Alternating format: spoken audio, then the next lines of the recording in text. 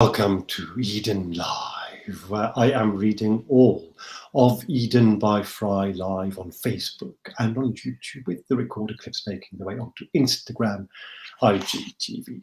We are nearing the midpoint. We're sort of about a third through volume 9 of volume 9, called Encounters, volume 9 of the Eden miniature series.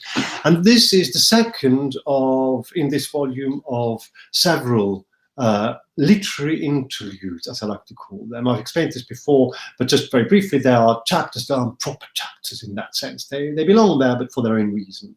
And this is the second one of these in this volume, and it's called Threesomes.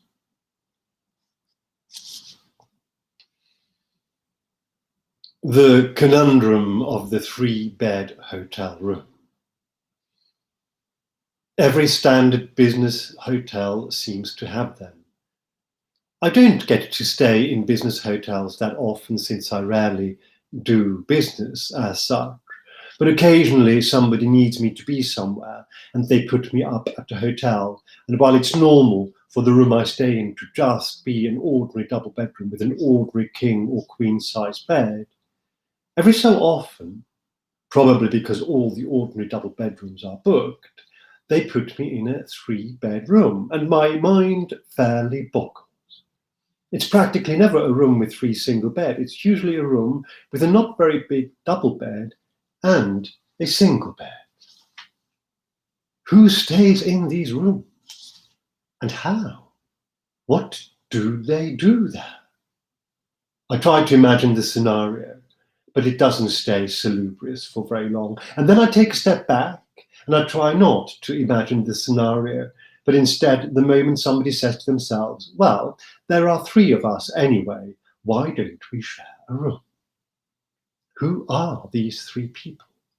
Are they parents and their one lone and lonely child?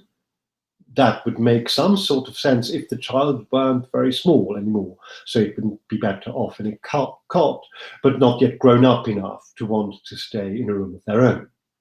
But why stay in an ugly business hotel if you're a family of 3?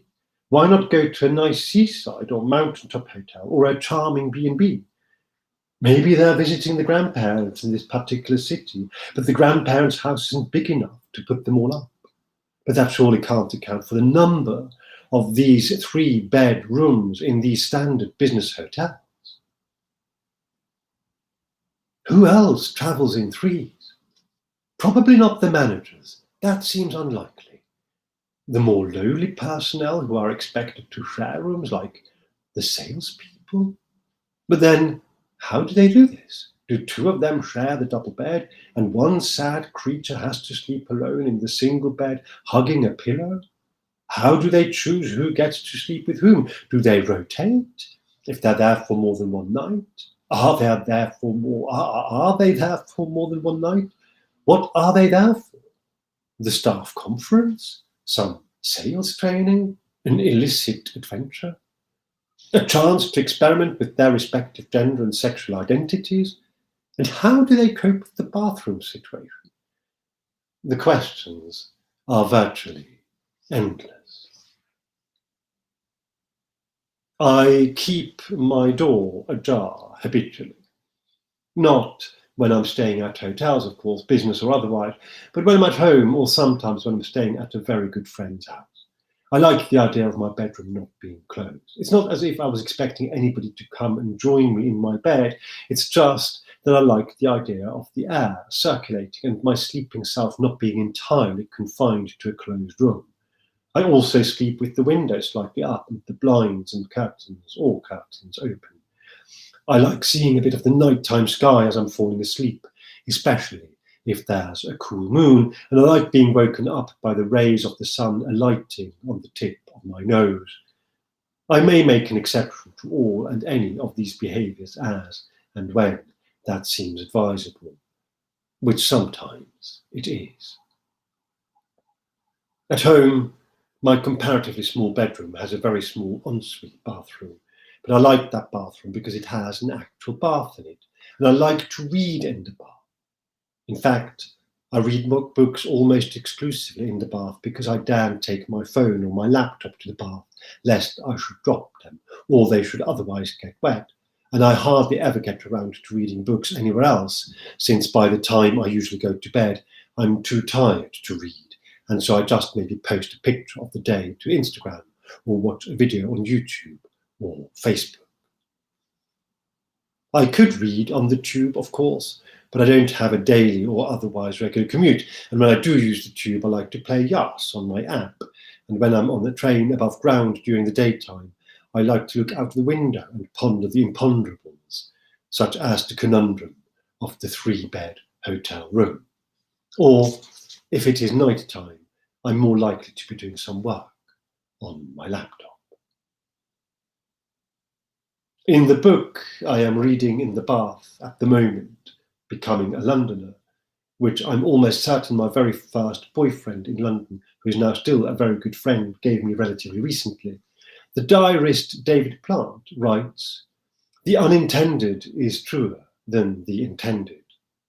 He, in one succinct sentence, answers one of the most enduring questions I've had as a writer and as a human being. How is it that I so avoid the plan and favour the detour, that I so value serendipity over completion, that I so relish the random more than I delight in the foreseeable and foreseen? Because they are true, truer at any rate than anything we think we control. That's why, I'm sure, we all of us, one way or another, seek, abandon, gay or otherwise.